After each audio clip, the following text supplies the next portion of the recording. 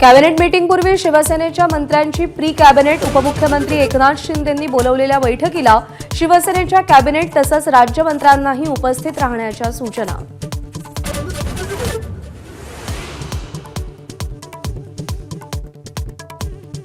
आज दुपारी मंत्रिमंडळाची साप्ताहिक बैठक, जीबीएस प्रादुर्भावावर चर्चा होण्याची शक्यता।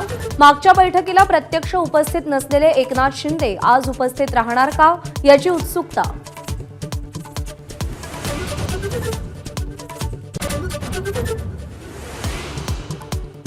मुख्यमंत्र्यांच्या वर्षा बंगल्यात रेड्याची मंतरलेली शिंग पुरल्याची चर्चा, संजय राऊतांचा आरोप। शपथविधीच्या अनेक दिवसांनंतरही फडणवीस वर्षावर राहायला का जात नाहीत, संजय राऊतांचा सवाल।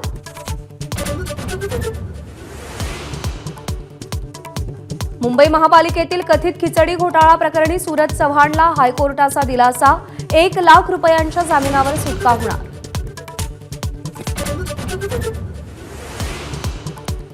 देशातील सर्वात श्रीमंत महापालिका असलेल्या मुंबई महापालिकेचा आज अर्थसंकल्प, पालिका निवडणूक वर्षातील बजेटकडे मुंबईकरांचं लक्ष।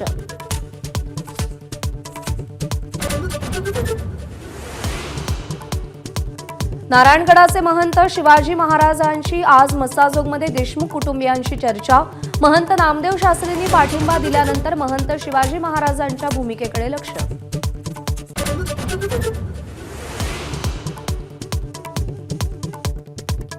अंजली दमानिया धनंजय मुंडेंबाबत आज कोणता गौप्यस्फोट करणार, दमानियांच्या पत्रकार परिषदेविषयी उत्सुकता।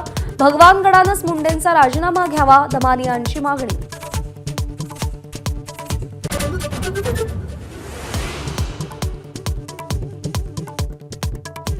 पुण्याला पाणी पुरवठा करणाऱ्या टेमघरच्या दुरुस्तीसाठी आज वाढीव खर्चाचा मंत्रिमंडळ बैठकीपुढे प्रस्ताव, मंजुरीची ही शक्यता।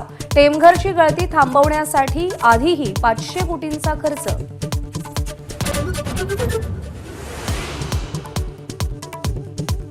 काँग्रेसला आक्रमक आणि विरोधकांचं नेतृत्व करू शकणाऱ्या प्रदेशाध्यक्षांची गरज, माजी मंत्री नितीन राऊत यांचं वक्तव्य। पक्षानं संधी दिली तर प्रदेशाध्यक्ष बनण्याचीही तयारी।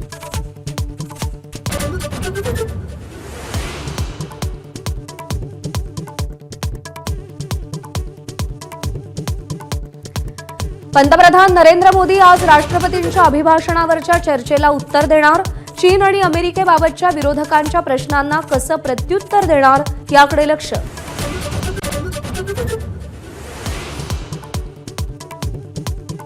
वाहनधारकांना मोठा दिलासा, संपूर्ण देशभरात एक समान टोल आकारणी होणार। केंद्रीय मंत्री नितीन गडकरींची माहिती, लवकरच सॅटेलाइटद्वारे टोल वसुलीला सुरुवात होणार, प्रायोगिक वसुलीला सुरुवात। आंतरधर्मीय विवाहाची लाजिरवाणी शिक्षा, माहेरी आलेल्या मुलीला तिच्या 4 वर्षाच्या मुलासोबत बांधून डांबलं। जालन्याच्या भोकरदनमधला प्रकार, हायकोर्टाच्या आदेशानंतर पोलिसांकडून सुटका। एबीपी माझा, उघडा डोळे बघा नीट।